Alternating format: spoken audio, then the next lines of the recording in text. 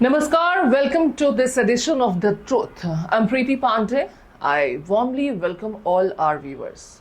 Today, we are discussing the latest developments following the major US-Israel strikes on Iran. Middle East stands at its most dangerous crossroads in decades. Iran's Supreme Leader Ayatollah Ali Khamenei has been killed in coordinated airstrikes carried out by the United States and Israel. This was not just a military strike. This was a decapitation of Iran's highest leadership. Within hours, Iran responded. Ballistic missiles were launched. Cruise missiles followed. Drone swarms filled the night skies across the Gulf.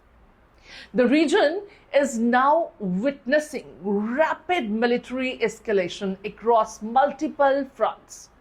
Is this controlled retaliation or the opening chapter of a much larger war?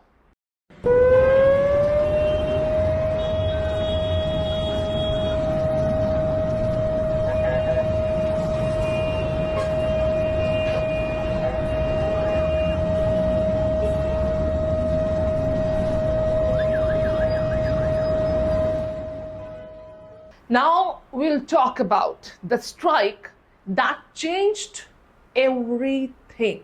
Yes, the strike that changed everything. According to the United States Central Command, the strikes targeted Iranian command and control centers, air defense systems, missile launch platforms, and military airfields.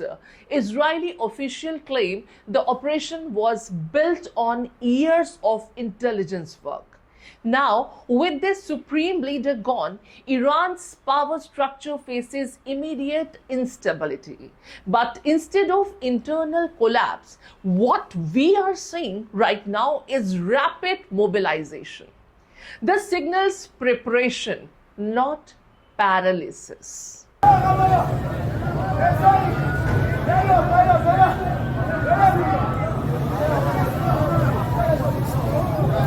Iran's response. The UAE reports intercepting multiple ballistic missiles and cruise missiles, along with large numbers of drones in coordinated waves.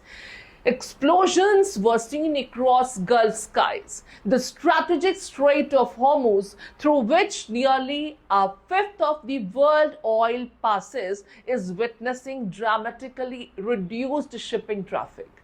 If this maritime corridor is disrupted further, global oil prices could surge sharply. And that would not just affect the region, it would impact every oil importing nation worldwide. Here, what we see, a second front opens. Lebanon-based Hezbollah has now entered the battlefield. Drone strikes have targeted Israeli radar sites and control facilities as well. The Israel Defense Forces confirm retaliatory airstrikes inside both Iran and Lebanon. This is no longer a two-country confrontation, but this is a widening regional conflict with multiple active fronts. Hezbollah is actually indicating that only. The Al-Qa'id Al-Hassan Association is a de facto financial association that operates in Lebanon.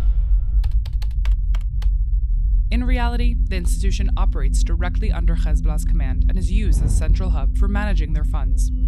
As you can see on the screen, one of the branches in southern Lebanon. One out of the multiple branches belonging to the association. At first glance, it seems like a regular warehouse of the institution, which is meant to provide financial services to the people of Lebanon that come to invest their hard-earned salaries. On a closer look, you can see how the Lebanese citizen enters the institution near his home in order to deposit his money.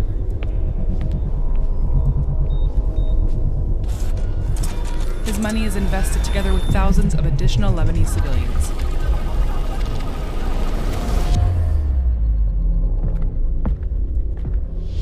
The civilian funds are compiled until they are transferred to the central branch. There the money is picked up by Hezbollah, who then uses it for terrorist activity and its re-establishment efforts. The White House confirms that President Donald Trump has issued what officials describe as decisive military directives. US embassies in part of the region have suspended operations. Non-essential diplomatic staff are being evacuated. Security alerts are active across key Gulf nations. Washington's message appears clear: deterrence through overwhelming force. But deterrence can sometimes accelerate escalation. Our objectives are clear. First, we're destroying Iran's missile capabilities, and you see that happening on an hourly basis, and their capacity to produce brand new ones, and pretty good ones they make. Second, we're annihilating their Navy. We've knocked out already 10 ships.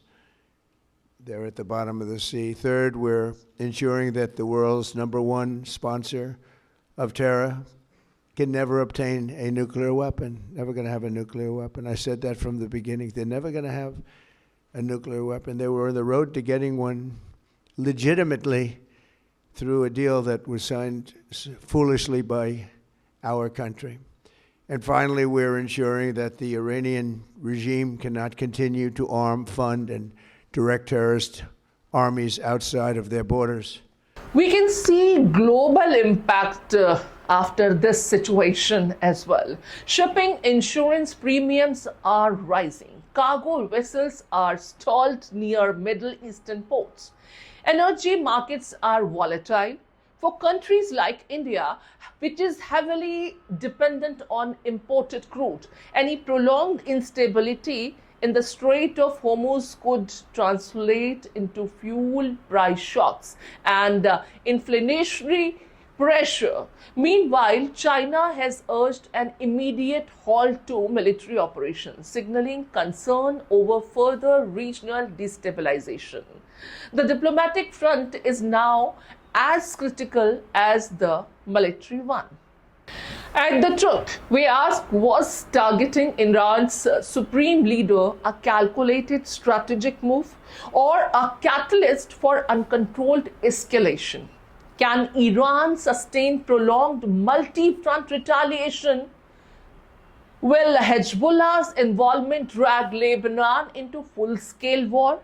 Is the Strait of Hormuz the next flashpoint? And most importantly, where does this stop? Our forces, along with the U.S. Armed Forces, continue degrading the Iranian regime's military capabilities. We have focused on targeting ballistic missile launchers, command and control centers, underground bunkers, and of course, key Iranian regime leadership figures.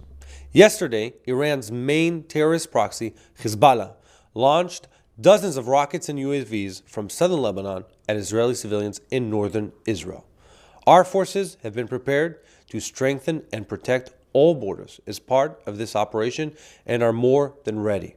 Now, what we see here, leadership has been eliminated, missiles are flying, alliances are activating. The Middle East is not just witnessing another confrontation.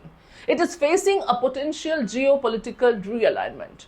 The coming hours, perhaps even minutes, could redefine regional stability. Stay with us as we continue to track every development. This is Global Flashpoint. How do you view this development? How serious do you think the situation is going to be? We would like to hear your perspective. Share your thoughts in the comment section below. Your voice matters to us.